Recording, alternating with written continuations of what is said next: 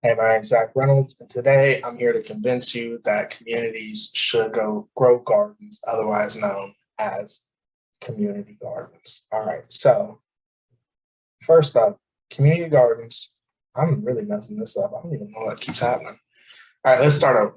All right, so five, four, three, two, one.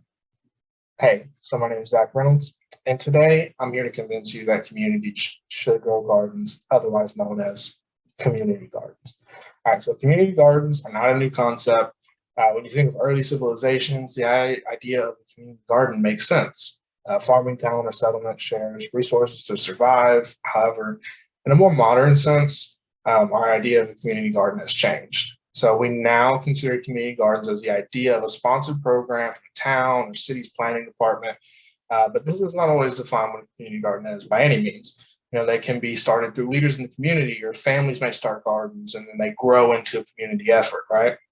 All right, so first up, went too far. History of community gardens in the US.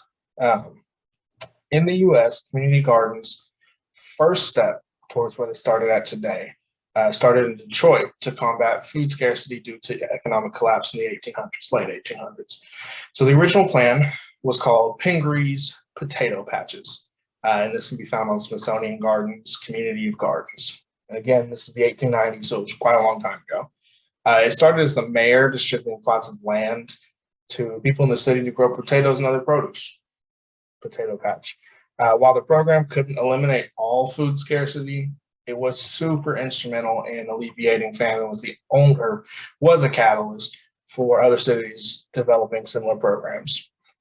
In today's society, one of the main factors that limit people from eating more clean is the price of the produce. So from store brand to high dollar organic produce, prices can scare the majority of people, especially in the US with tighter budgets and rising costs for other goods.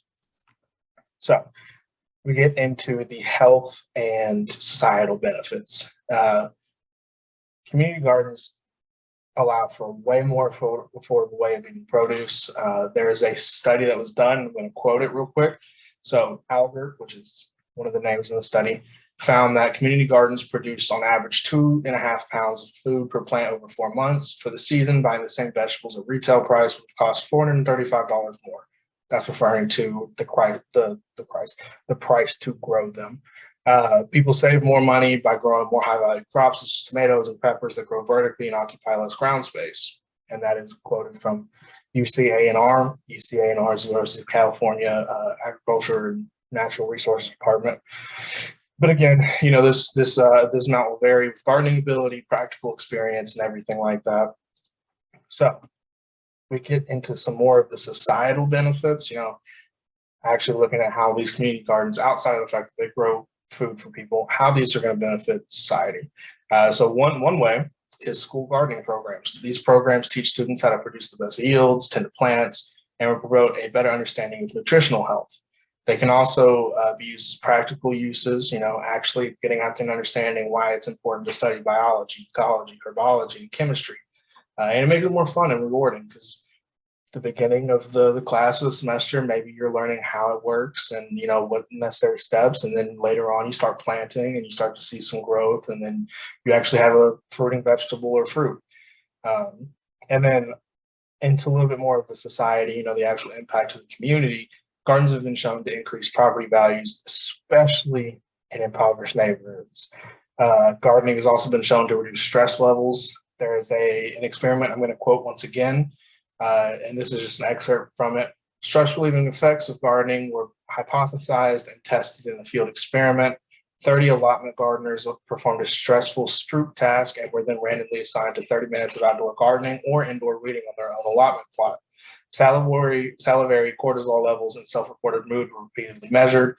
Gardening and reading each led to decreases in cortisol during the recovery period, but decreases were significantly stronger in the gardening group. Positive mood was fully restored after gardening, but further deteriorated during reading. These findings provide the first experimental evidence that gardening can promote relief from acute stress, and that is from North Carolina State Community Research Gardens. It's even been shown that gardens can foster more support for the community. Gardens in low-income neighborhoods were 46 were 4 times as likely as non-low income gardeners to lead to other issues in the neighborhood being addressed, reportedly due to organizing facilitated through the community gardens. So basically what that means is whenever the community gardens sprang up, they had more community organization. They were able to tackle other issues outside of maybe food scarcity and everything, because now they had a unified front through this gardening. All right, now we get into some more of the health or nutritional benefits. So a community garden promotes nutritional health in communities. Why? One statistic says that members of gardens are more likely to eat the recommended amount of fruits and vegetables daily. And again, to quote another finding, adults with a household member who participated in a community garden consume fruits and vegetables at 1.4 more times per day than those who did not participate. And they were 3.5 times more likely to consume fruits and vegetables at least 5 times daily.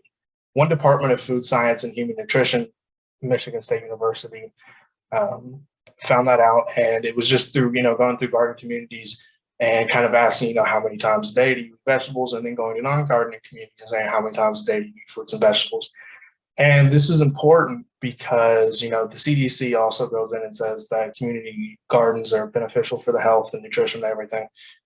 But the main reason for that is because a lot of Americans, especially as we get more and more processed foods in our diet, are showing increased numbers of diet-based illness or illnesses that can be treated by eating a cleaner diet. One example of that is type 2 diabetes. So by providing alternatives to store produce, we can ensure our communities eat cleanly. We can eliminate some of that skepticism of what harmful toxins are used in mass farming and monoculture society that we're currently used to. So by being able to spread awareness to the health benefits of eating a more whole food and unprocessed diet, we can actually begin to spread a better collective knowledge of, okay, so we eat this kind of food, we reduce this kind of sugar, we cut out these types of oils. And then by getting this practical research, by actually seeing the fruit of their labor, no pun intended, people are more likely to actually engage in a healthier diet. And, some of those diseases like type 2 diabetes can hopefully be treated a little bit easier, reduce the necessity and codependence on pharmaceutical medication, even though that will never go away because it is super beneficial, but a diet can be just as beneficial. So thank you all for listening to me, and I hope we all have a better understanding of the importance of community gardens. Just to kind of wrap it up again, hopefully we now understand the health and nutritional benefits of community garden, why community gardens show amazing promise of fighting food shortages and insecurity, because 1, it's already been done before, and then 2, because now that we have a better understanding of, as the aforementioned sciences, our biology, chemistry, biology, it's much more accessible for people to actually be able to grow their own food. But lastly, for the societal benefits, it fosters learning, collaboration, empathy, and a sense of security within a community. All right, so to wrap it up, we got our bibliography, and hope y'all have a good day. Thank you.